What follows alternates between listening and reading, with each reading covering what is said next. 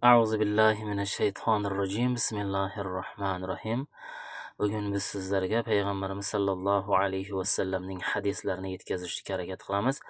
Albatta, yetkazish bizdan, amal qilish esa sizdan. Har birimizga Alloh taolo tavfiq va hidoyat nasib aylasin. To'g'ri yo'ldan hech qachon adashtirmasin. Endi hadisga yuzlanamiz. Bismillahir-rohmanir-rohim.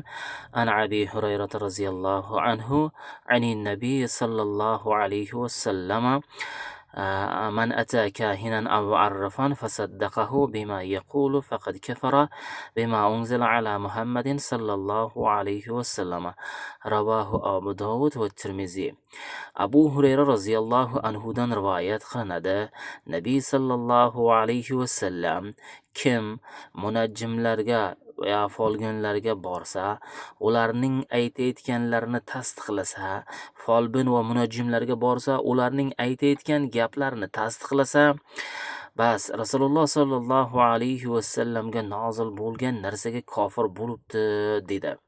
Abu Dawud va Tirmiziy rivoyat qilgan.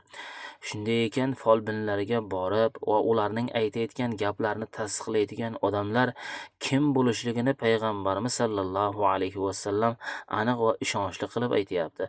Rasululloh nima desa, albatta shu narsa bo'ladi. Chunki Alloh taolo Qur'oni Karimda Rasululloh buyursa olinglar va Rasululloh nimadan qaytarsa qaytinglar degan.